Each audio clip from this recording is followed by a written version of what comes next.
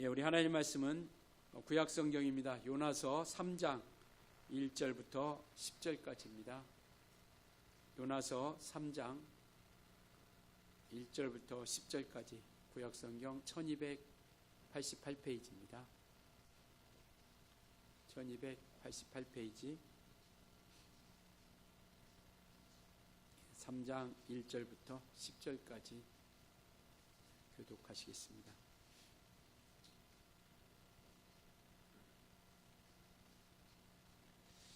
여호와의 말씀이 두 번째로 요나에게 임하니라. 이르시되 일어나 저 큰 성읍 느느웨로 가서 내가 내게 명한 바를 그들에게 선포하라 하신지라. 요나가 여호와의 말씀대로 일어나서 느느웨로 가니라. 느느웨는 사흘 동안 걸을 만큼 하나님 앞에 큰 성읍이더라. 요나가 그 성읍에 들어가서 하루 동안 다니며 외쳐 이르되 40일이 지나면 느느웨가 무너지리라 하였더니 느느웨 사람들이 하나님을 믿고 금식을 선포하고 높고 낮은 자를 막론하고 굵은 베옷을 입은지라. 그 일이 느느웨 왕에게 들림에 왕이 보좌에서 일어나 왕복을 벗고 굵은 베옷을 입고 최위에 앉으니라. 왕과 그의 대신들이 조서를 내려 니느웨에 선포하여 이르되 사람이나 짐승이나 소떼나 양떼나 아무것도 입에 대지 말지니 곧 먹지도 말 것이요 물도 마시지 말 것이며 사람이든지 짐승이든지 다 굵은 베옷을 입을 것이요 힘써 하나님께 부르짖을 것이며 각기 악한 길과 손으로 행한 강포에서 떠날 것이라. 하나님이 뜻을 돌이키시고 그 진노를 그치사 우리가 멸망하지 않게 하시리라. 그렇지 않을 줄을 누가 알겠느냐 한지라. 하나님이 그들이 행한 것 곧 그 악한 길에서 돌이켜 떠난 것을 보시고 하나님이 뜻을 돌이키사 그들에게 내리리라고 말씀하신 재앙을 내리지 아니하시니라. 아멘. 요나야 저들도 내가 사랑한단다 라는 제목을 가지고 시간 함께 말씀을 나누도록 하겠습니다. 요나서 우리가 많이 요나에 대해서 그냥 얼핏 듣기도 하고 또 우리가 살펴보기도 하는데 여러분들은 요나 하면 가장 먼저 떠오르는 것이 어떤 기억이 있습니까? 많은 사람들이 물고기 뱃속 이야기하고 또 요나가 도망친 이야기 이렇게 하기도 합니다. 그러나 요나서는 단순히 요나가 하나님 말씀 앞에 거역하고 불순종함으로 도망친 이야기가 아니라 바로 하나님께서 이방 땅, 그 느느웨 땅이라고 하는 그 땅을 살피시고 돌아보시면서 하나님의 긍휼하심과 또 자비로우심과 은혜로우심을 나타내주고 있는 말씀입니다. 하나님께서는요 죄인들을 끝까지 그리고 회복시키기 위하여 이와 같이 다가오시는 분이십니다. 우리가 죄인 되었을 때에도 하나님께서는 우리에게 다가오셨고 또 그는 다가오셔서 우리를 어루만져 주셨고 또 품어 주셨습니다. 그렇기 때문에 우리가 생명을 얻고 또 하나님과의 귀한 만남 가운데 우리가 나아갈 수 있게 되는 것이고요. 오늘 이 요나서도 마찬가지입니다. 어떻게 보면 가장 잔인한 또 가장 악한 그 느느웨 땅에 하나님께서 요나라고 하는 선지자를 통해서 이렇게 말씀하시죠. 네가 느느웨 땅에 가서 회개를 선포하라 라고 이렇게 말씀을 하십니다. 그러니까 너희가 그 땅에 가서 너희가 곧 멸망할 테니까 이 성이 40일 후에 무너질 거니까 너희가 회개하고 하나님께로 돌아오라 라고 이렇게 말씀을 하고 있습니다. 이렇게 명령을 하시죠. 요한일서 1장 1절부터 2절 보면 이렇게 말씀하고 계세요. 1장 1절 2절 우리 한번 같이 한번 읽을까요? 같이 읽겠습니다. 시작. 여호와의 말씀이 아비떼의 아들 요나에게 임하니라. 이르시되 너는 일어나 저 큰 성읍 니느웨로 가서 그것을 향하여 외치라. 그 악독이 내 앞에 상달되었음이니라 하시니라. 이와 같이 이 요나에게 가서 그 니느웨 땅에 가서 외치라라는 것이죠. 곧 무너질 것이니까 회개하고 돌이켜라 라고 이렇게 말씀을 하고 있습니다. 그런데 느느웨 땅은 당시에 아수르라고 하는 나라 아수르라고 하는 나라의 수도이죠. 그러니까 당시에 가장 강대국이었던 아수르라고 하는 나라의 그런 수도이었는데요. 바로 그 땅, 바로 그곳에 복음을 전하라라고 이렇게 말씀하고 있는데요. 그 느누의 땅 아수르라고 나라는 이스라엘과 원수였던 나라였죠. 그러니까 호시탐탐 이스라엘을 정복하려고 전쟁을 또 치르고, 우리가 지난번 히스기야 이야기하면서 이와 같이 사네립이라고 하는 사람이 통해서 이와 같이 이스라엘을 정복하려고 하는, 또 쳐들어오는 그런 모습들, 바로 그것이 아수르라고 하는 나라입니다. 그러니까 호시탐탐 이스라엘을 삼키려고 계속해서 전쟁을 하고 또 야금야금 땅을 차지하면서 이 사람들은 너무나도 잔인하고 가장 악한 사람들, 그 당시에 아수르라고 하면 가장 악한 나라, 가장 잔인한 사람, 이러한 것들로 기억되고 있는 것이죠. 그렇기 때문에 명령을 받은 이 요나는요, 그 말씀, 하나님의 말씀, 니느웨 땅에 가서 회개를 선포하라 라고 하신 말씀을 듣지 않고 어디로 도망가냐면 다시스라고 하는 곳으로 도망을 가게 되는 것이죠. 그러니까 이 니느웨 땅이 회개하여 돌이켜서 하나님의 은혜를 통해서 재앙이 지나가는 것에 대해서 이 요나는 견딜 수가 없는 거예요. 이는 당연히 멸망받아 마땅한 족속이고, 왜냐하면 당시에 이 아수르라는 나라는 너무나도 잔인했거든요. 그냥 땅만 정복하고 마는 것이 아니라 사람들을 너무나도 괴롭게 했던 거죠. 포로로 잡아가고 뿐만 아니라 사람들을 그냥 잔인하게 죽이는 거죠. 예를 들면 사람들의 이 가죽을 벗기면서 그냥 죽여도 되는데 그렇게 잔인하게 벗기게 되는 것이죠. 그러니까 요나편에서 보면 이스라엘에 대해서 그렇게 원수와 같은 땅을 차지할 뿐만 아니라 너무나도 악하고 잔인한 그러한 모습 가운데 있기 때문에 이들이 회개하는 것을 원하지 않았던 겁니다. 그래서 그들은 정말 자신을 괴롭힌, 그리고 이와 같이 요나에게 요나는 도저히 그것이 용납이 되지 않는 거예요. 복음을 전한다라는 것, 그리고 그들을 사랑한다라는 것이 도저히 용납되지 않는 모습. 우리도 그렇지 않습니까? 정말 우리를 너무나도 힘들게 만드는 사람, 너무나도 고통스럽게 만들고 우리에게 어떻게 보면 개인적으로도 깊은 상처를 주고 또 괴롭게 하고 아프게 하고 고의적으로 정말 고통을 주는 그런 사람 앞에 가서 얼굴을 보고 싶을 수 있을까? 뭔가 그 사람하고 대화를 나누고 싶을까? 보고 싶지도 않죠. 뭐 속된 말로 꼴도 보기 싫은 겁니다. 그러니까 요나가 바로 니느웨라는 땅은 요나에게 그런 땅이에요. 그러니까 복음을 전하고 싶지 않은 거예요. 그들은 차라리 멸망당했으면 좋겠다. 그들은 그냥 재앙을 통해서 나라가 없어졌으면 좋겠다. 근데 하나님께서는 그 땅에 가서 복음을 전하라고 하는 거예요. 그 땅에 가서 하나님의 사랑을 나타내라고 하는 겁니다. 그러니까 도저히 이는 감당하기가 힘들었던 것이고 그 마음이 너무나도 괴롭고 아픈 거예요. 정말 우리에게 너무나도 힘들게 하는 사람, 정말 또 형제간에 아니면 또 가까운 사람이 힘들게 하면 보지도 않잖아요. 꼴도 보기 싫고 대화하기도 싫고 만나기도 싫고, 이런 것처럼 니느웨 땅이 그 요나에게는 그런 곳이에요. 그래서 어디로 도망가느냐? 다시스라고 하는, 지도 한번 보여주실래요? 바로 이 니느웨라고 하는 것은 이 오른쪽 보면 니느웨 땅이 있죠.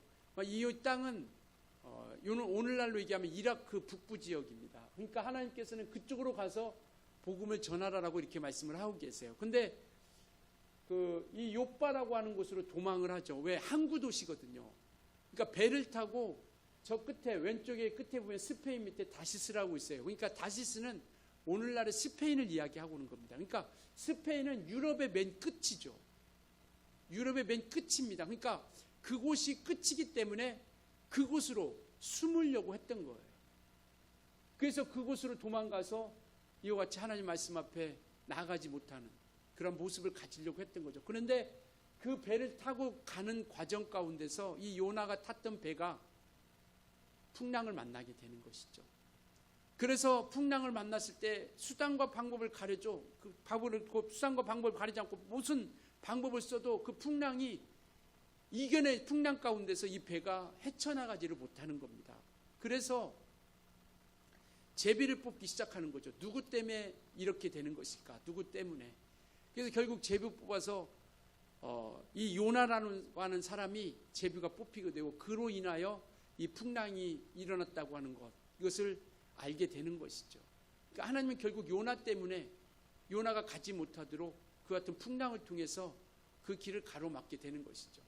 그래서 결국 이 요나가 물속에 던져지는 그러한 모습 가운데 서게 되는 것이죠. 그 모든 책임이 요나에게 있다라는 것을 이야기하고, 그래서 그 요나를 배에서 바닷 가운데 집어 던지게 되는 겁니다. 그래서 바다에 던져주게 되는 것이고, 그리고 우리가 잘 아는 그 던져진 모습 가운데서 물고기가 어마어마한 물고기겠죠. 고래보다도 더 큰 물고기, 그런 물고기가 집어 삼키게 되는 것이죠. 그래서 요나가 그 물고기 속에 밤낮 사흘 동안 있었다라고 이렇게 이야기하고 있습니다. 여기에서 우리에게 중요한 것은 뭐냐면요, 하나님은 요나가 기도하기 전에, 요나가 살려달라고 외치기 전에 하나님께서는 그가 정말 살 수 있도록 모든 길을, 구원의 길을 하나님은 예비해 주시고 준비하고 있었다라는 겁니다.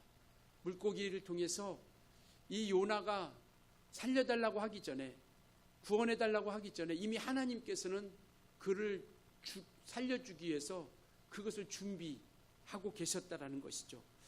여기서 하나님은요, 심판보다 먼저 회복을 준비하시는 분이시다라는 겁니다. 우리가 신앙생활하면서 기억해야 될 것은 바로 이겁니다. 하나님은 우리가 잘못되기를 바라고 있지 않아요. 하나님께서는 우리가 잘되기를 바라고 온전한 길에 서기를 바라고 있다라는 겁니다. 때로는 그것을 통해서 채찍을 가하기도 하지만 그것이 멸망과 사망 가운데 거하는 것이 아니라 그걸 통해서 돌아오기를 바라는 겁니다. 비록 이스라엘 백성들이 70년이라고 하는 바벨론 포로 생활을 겪게 되죠. 그들에게는 아픔의 역사죠. 고통의 역사입니다. 온전치 못한 그런 모습이지만 하나님께서는 그 모습을 통해서 그렇게 해서라도 하나님께서는 끝까지 회복시켜 주시려고 하시는 것. 이 요나도 하나님 말씀 앞에 불순종하여 다시스로 도망가지만 하나님은 그럼에도 불구하고 물고기라고 하는 것을 통해서 그 요나를 구원하고 살려줘서 그 길을 이루어 가시려고 한다라는 겁니다. 하나님의 아들 예수 그리스도를 이 땅에 보내주신 것도 마찬가지라고 생각이 되죠.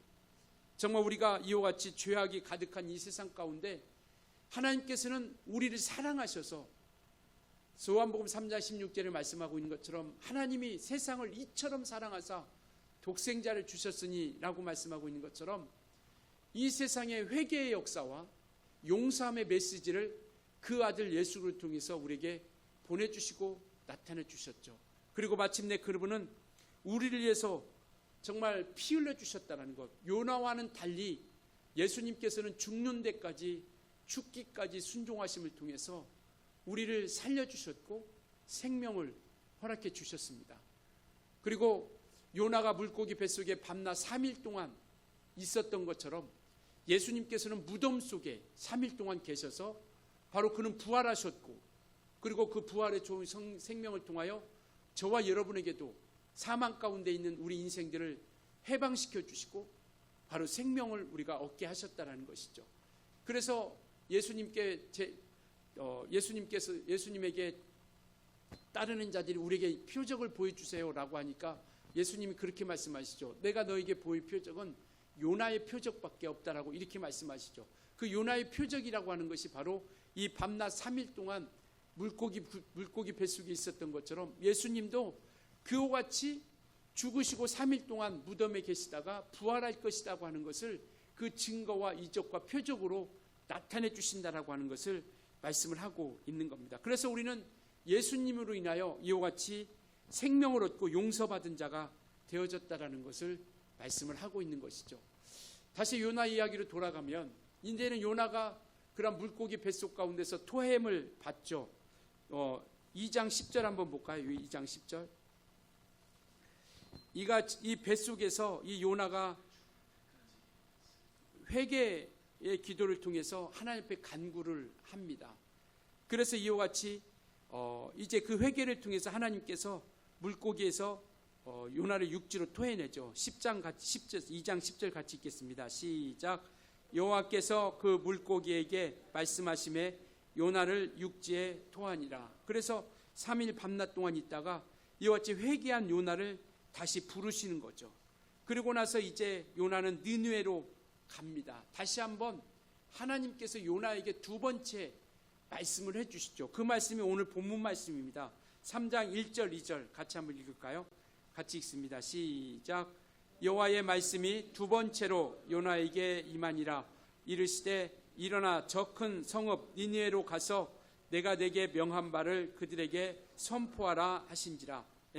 다시 한번 이와 같이 물고기 뱃속에서 회개 기도를 통해서 하나님의 은혜를, 그리고 모든 구원이 하나님께 있음을 고백한 요나는 그 믿음 가운데 하나님의 용서해 주시고 그를 물고기 속에서 토해내게 하시고, 그리고 다시 한번 두 번째로 명령을 하십니다. 네가 다시 느느웨 땅으로 가서 이와 같이 주님의 명령을 선포하라 라고 말씀을 하시죠.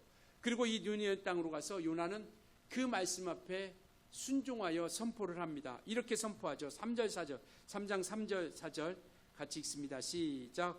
요나가 여호와의 말씀대로 일어나서 느느웨로 가니라.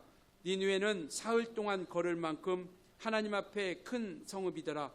요나가 그 성읍에서 들어가서 하루 동안 다니며 외쳐 이르되 40일이 지나면 느느웨가 무너지리라 하였더니, 40일이 지나면 하나님 이 성이 무너질 것이니까 너희는 회개하여 심판을 면하라라고 이렇게 외칩니다. 그런데 이 느느웨 땅은 3일 동안 그러니까 3일 동안 다닌다는 것은 어마어마한 큰, 당시에 정말 어마어마한 큰 대도시인 것이죠. 그 땅이 3일 동안 다녀야 할 그곳에 이 요나는 며칠 다녔어요? 며칠 다녔다고 그래요? 하루 다닌 겁니다. 그러니까 이 요나는 싫은 거예요. 말씀 앞에 하나님이 정말 그렇게 말씀하셨기 때문에 순종하며 나아가지만 그들이 구원을 얻고 생명을 얻는 것이 싫었던 겁니다. 조금 이따 우리가 다시 한번 사장을 통해서 살펴볼 텐데요.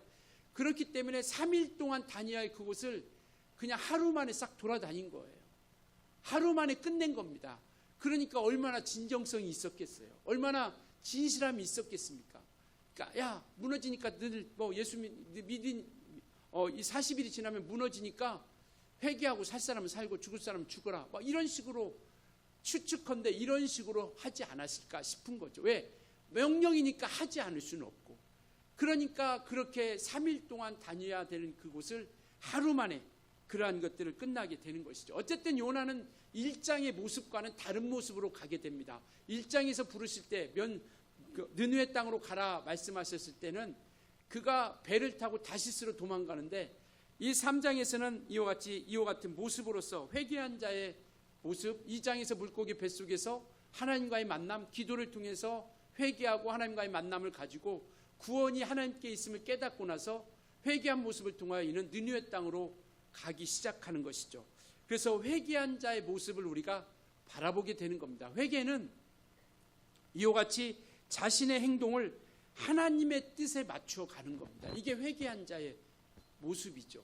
그러니까 내 뜻대로 살아왔던 우리 인생 가운데서 우리의 행동을 하나님의 뜻에 맞춰 가는 것, 이게 회개한 자의 모습인 것이고요. 하나님의 사람은요, 자기가 원하는 길이 아니라 하나님이 원하시는 길로 나아가는 사람입니다. 그래서 우리 하나님의 사람들은요, 이전에는 내가 원하고 내가 생각하고 내가 하고 싶은 대로 살아왔어요.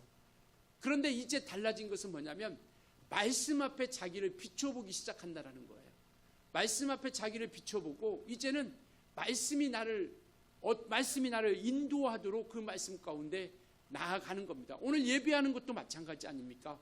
이전에는 우리가 하루 편히 쉬었을 거예요. 근데 우리가 예수 믿고 나서 이제 회개하고 하나님의 사람으로 거듭난 이후부터 우리는 주일이 되면 당연히 예배하는 곳으로, 이와 같은 하나님을 생각하는 모습으로 자기가 원하는 것이 아니라 하나님이 원하는 길로서 우리가 걸어가기 시작한다라는 겁니다.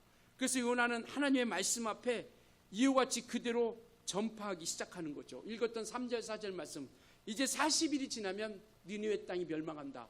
그러니까 회개하여 돌이키라, 이렇게 말씀을 하고 3일 동안 다닐 뜻을 하루 동안 다녔는데 엄청난 역사가 나타나기 시작하는 겁니다. 하나님의 말씀에 엄청난 역사가, 그가 어떤 마음으로 했는지, 그는 성을 내고 싫어하면 모습을 가지고 나아갔는데 말씀의 역사는요, 놀라운 증거가 나타나기 시작하는 겁니다. 5절 6절 한번 볼까요? 5절 6절 같이 읽습니다. 시작. 느느웨 사람들이 하나님을 믿고 금식을 선포하고 높고 낮은 자를 막론하고 굵은 베옷을 입은지라. 그 일이 느느웨 왕에게 들림에 왕이 보좌에서 일어나 왕복을 벗고 굵은 베옷을 입고 제 위에 앉으니라. 제 위에 앉았다라는 건 뭐냐면 자기의 모든 죄를 회개하는 거예요. 베옷을 입었다라는 것은, 베옷은 거꾸로운 거잖아요. 그러니까 자기에게 고통을 주면서 회개하며 하나님 앞에 온전한 모습으로 나아오는 것을 이야기합니다. 그러니까 하나님의 말씀이 그들에게 들려지기 시작하니까 뭐라고 얘기냐면 하나님을 믿기 시작했다라고 이렇게 말씀하고 있죠. 5절에. 그리고 나서 금식하면서 회개하기 시작하는 거예요.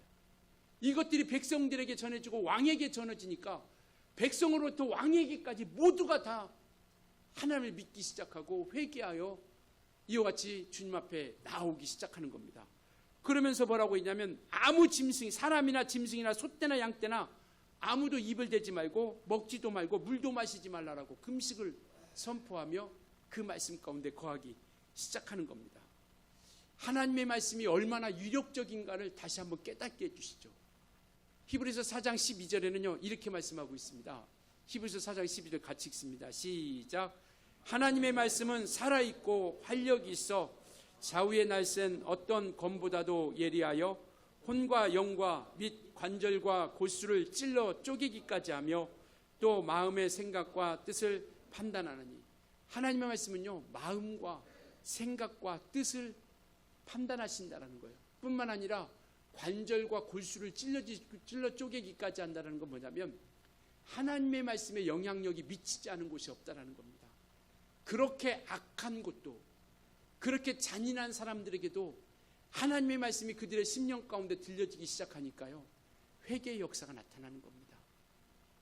이것이 요나의 능력이 아니라, 말의 언변이 아니라 바로 하나님 앞에 순종함을 통하여 말씀을 전했을 때 그런 거룩한 역사들. 그러니까 하나님의 말씀은요 사람을 변화시킬 수 있는 능력이 있는 겁니다. 나 같은 자가 변화될 수 있을까? 내가 변화될 수 있을까? 아니요. 하나님 말씀이 역사하기 시작하고 하나님 말씀이 임하시기 시작하면요 정말 그렇게 예수 믿는 자들을 핍박했던 사도 바울도, 아니 핍박이 아니라 예수 믿는 사람들을 죽이러 잡으러 다녔던 스데반이 죽을 때 정말 함께 있었던 그도 말씀이 그 속에 자리 잡기 시작하니까요 이제는 그가 핍박받는 자로서 복음을 전하기 시작하고 생명을 나타나기 시작하는 겁니다. 그러니 우리가 말씀을 받을 때 사람의 말이 아니라 하나님 말씀으로 받고, 우리는 전하는 자도 기도해야 되지만 우리가 말씀을 받을 때도 그 말씀을 하나님의 말씀, 생명의 말씀, 명령의 말씀으로 받을 때 그 말씀이 우리 가운데 변화가 되기 시작하고 우리 삶이 바뀌기 시작하고 우리의 생각이, 마음이, 우리의 뜻이 바뀌어져 가는 거죠. 그렇게 바뀌어져 갈 것 같지 않던 사람들도 자기들의 생각이 무너지기 시작하고 마음이 무너지기 시작하고 자기들이 가지고 있던 그 뜻마저도 무너지게 하는 것, 이게 바로 하나님의 말씀의 역사입니다. 그렇게 잔인했던 이 느느웨 땅에도요 하나님 말씀이 들어가기 시작하니까 그곳에 하나님을 믿는 역사가 나타나기 시작하는 거예요. 왜? 그것은 우리의 능력이 아니니까, 요나의 능력이 아니니까. 그래서 우리도 정말 이 땅에서 우리가 복음을 전하는 자로서의 사명을 우리가 감당할 수 있길 예수로 축원합니다. 그것이 우리가 능력이 있든 없든, 말씀을 많이 알든 못 알든, 지식이 많든 적든 그건 중요치 않아요. 우리가 그 하나님의 말씀이 정말 그들에게 전해주는 예수 이름이, 그들에게 전해지는 보혈의 능력이, 그들에게 전해지는 예수의 생명이 정말 우리가 믿고 그들에게 전했을 때, 그들에게는 임할 때 그들에게는 놀라운 능력의 역사들이 나타나기 시작한다라는 겁니다. 그러니 이제 우리가 정말 그 믿음 앞에 그 말씀을 의지하여 담대하게 우리가 전하는 자들이 되어줄 수 있었으면 좋겠습니다. 하나님께서는 그들의 회개를 보시고 재앙을 돌이키십니다. 그들이 회개하는 모습을 통해서 재앙을 돌이키시죠. 3장 10절 같이 한번 읽을까요? 3장 10절이요. 같이 읽습니다. 시작.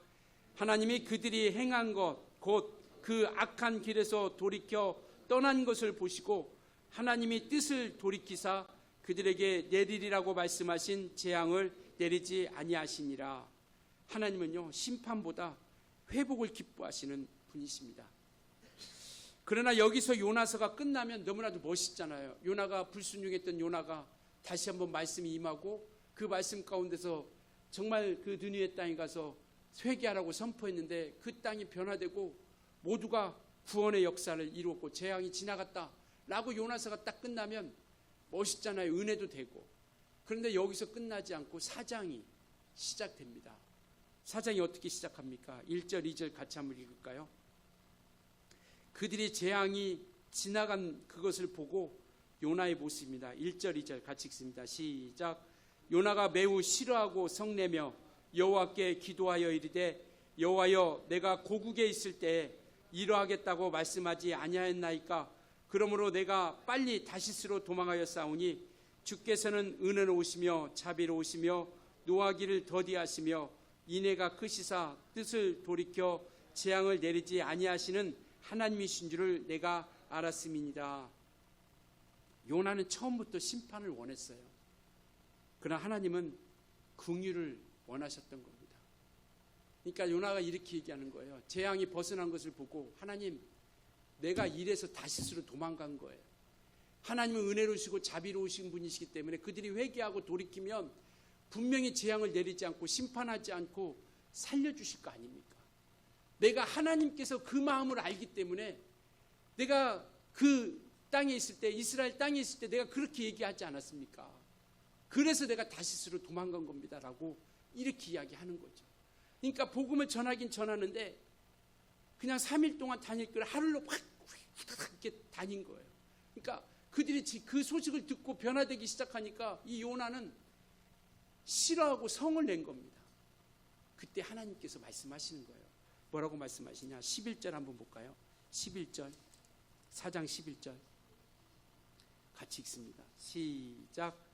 하물며 이 큰 성읍 니느웨에는 좌우를 분별하지 못하는 자가 12만 명이요 가축도 많이 있나니 내가 어찌 아끼지 아니하겠느냐 하시니라. 하나님이 이렇게 말씀하시는 거예요. 야, 내가 이 많은 생명을 아끼지 않는 것이 옳은 것이냐? 내가 어떻게 이 생명을 아끼지 아니할 수 있겠느냐? 네 마음 충분히 알아. 악하다는 것, 괴롭고 힘들지. 너희를 고통스럽게 하고 원수지.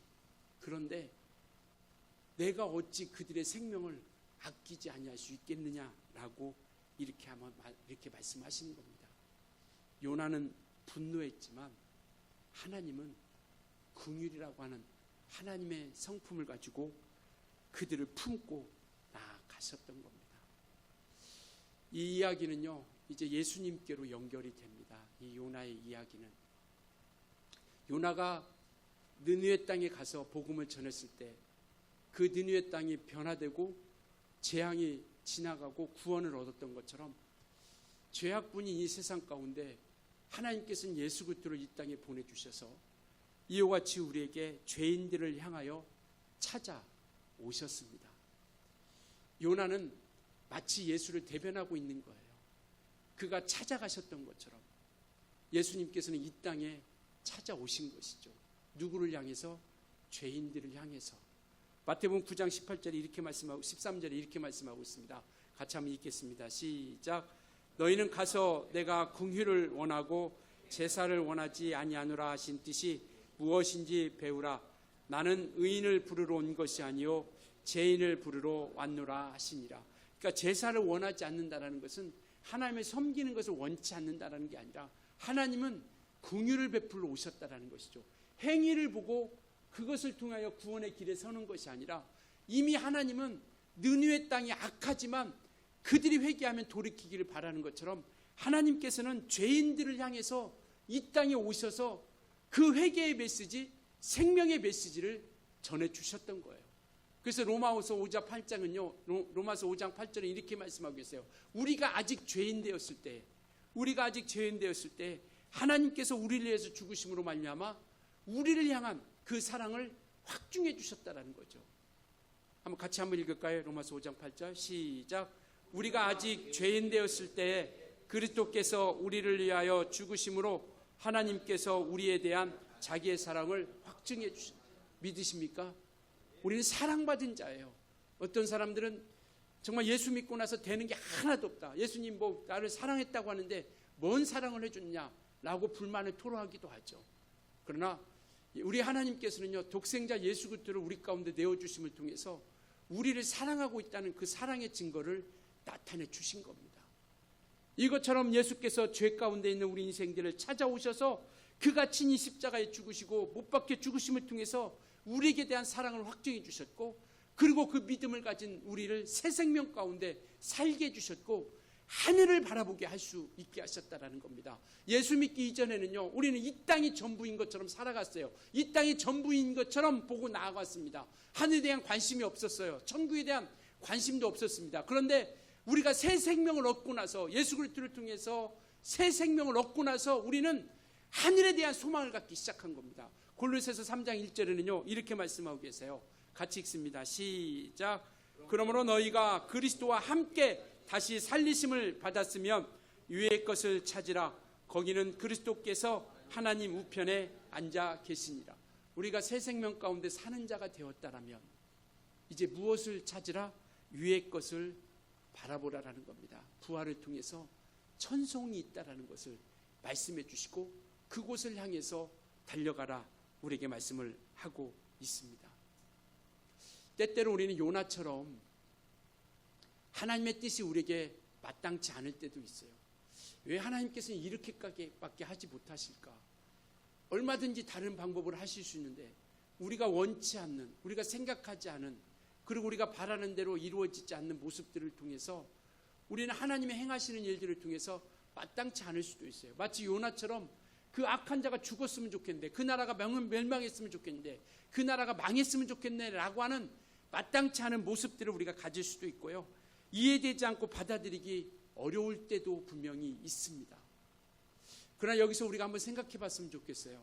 하나님께서 우리에게 향하신 마음, 우리가 갖고자, 우리가 가졌으면 하고 우리가 가지기를 원하는 마음은 어떤 마음일까요? 요나의 마음일까요? 하나님의 마음일까요? 주님은 우리에게 하나님의 마음을 갖기를 원하는 겁니다. 마땅치 않고, 그리고 이해가 되지 않을 때도 있고, 그리고 우리가 받아들이기 힘든 어려운 것이 있을 때라도 우리의 생각이 아니라 하나님의 마음을 갖기를 원하고 있는 겁니다. 그래서 우리는 주님의 마음이 우리 가운데 함께하기를 기도하고, 또 매주마다 우리는 고백하죠. 너희 안에 이 마음을 품으라. 곧 예수 그리스도의 마음이니 라고 이렇게 빌립보서 2장 날마다 매주마다 우리는 고백합니다. 곧 이 땅에서 우리가 살아가는 동안 예수 그리스도의 마음, 요나의 마음이 아니라 하나님의 마음을 갖기를 원하는 것이죠. 오늘 4장 4절에 주님이 하나님께서 이렇게 말씀하세요. 여호와께서 이르시되 내가 성내는 것이 옳으냐라고 말씀하고 있습니다. 이래서 내가 가지 않으려고 했습니다. 싫어하고 성내면서 차라리 이제 내 생명을 거두어 가소서라고 3절에 이렇게까지 이야기해요. 요나는 하나님, 차라리 내 생명을 거두어 갔으면 좋겠습니다 라고 성을 내죠. 그래서 4절에 하나님께서 뭐라고 말씀하시면, 내가 이렇게 성내는 것이 옳으냐? 지금 네가 이렇게 분노하는 것이 옳다 생각하느냐? 네가 이렇게 성내는 것, 분노하는 것이 하나님의 자비보다 네 판단이 옳다고 생각하는 것이냐? 하나님은 자비를 원하지만 너는 심판을 원하고 재앙을 원하는데, 네가 분노하는 그 이유가 이 하나님의 자비보다 네 생각이 옳다고 생각하는 것이냐? 이것이 지금 정말 네가 옳다고 생각하는 거야? 라고 묻는 겁니다. 우리는 무엇이 옳다고 생각하십니까? 우리의 생각이 옳은가요? 우리의 판단이 옳습니까? 하나님의 생각이 옳습니까? 우리가 때때로 말씀드렸던 것처럼 그런 생각이 들 때도 있지만, 그러나 하나님의 말씀은 언제나 옳다라는 것. 우리가 감당하기 힘든 상대도 있죠. 우리가 정말 포용하기 힘든 사람도 있습니다. 사랑하기 힘든 사람들 참으로 많이 있죠. 그때 예수님께서 오늘 우리에게 이렇게 말씀하고 계세요. 마태복음 18장에 보면 21절부터 35절에 보면 1만 달란트 빚진 자의 비유가 나옵니다. 이 내용이 뭐냐면 한 죄인이 한 사람이 빚진 자가 그 주인 앞에 가서 내가 갚을 길이 없습니다. 1만 달란트 빚진 자가 내가 갚을 길이 없습니다. 라고 할 때 친히 그 주인이 그를 용서해 주십니다. 네가 갚지 말라. 갚지 않아도 된다. 우리가 여기서 1만 달란트라고 하는 것을 우리가 한번 생각해 봤으면 좋겠어요. 한 달란트는 뭐냐면 6천 데나리온입니다. 한 달란트가 6천 데나리온. 6천 데나리온인데 한 데나리온은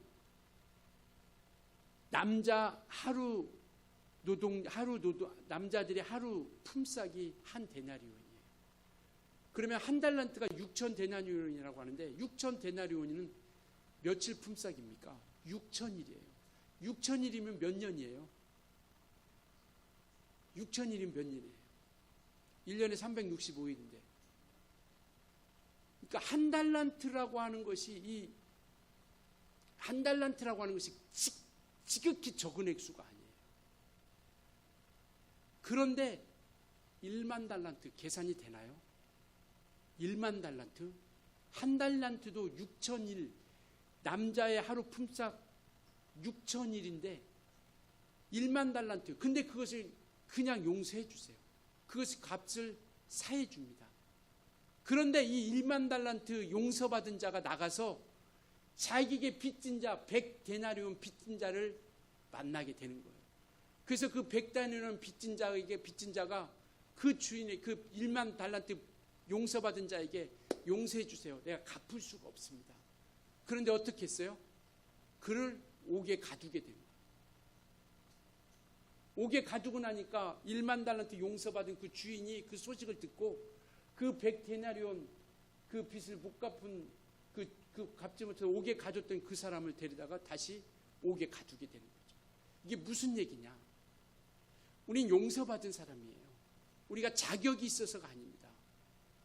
그런데 우리는 우리의 육안으로, 우리의 시선으로, 우리의 생각으로 판단해서 저 사람은 악한 자, 나쁜 자, 물론 나쁠 수 있겠죠.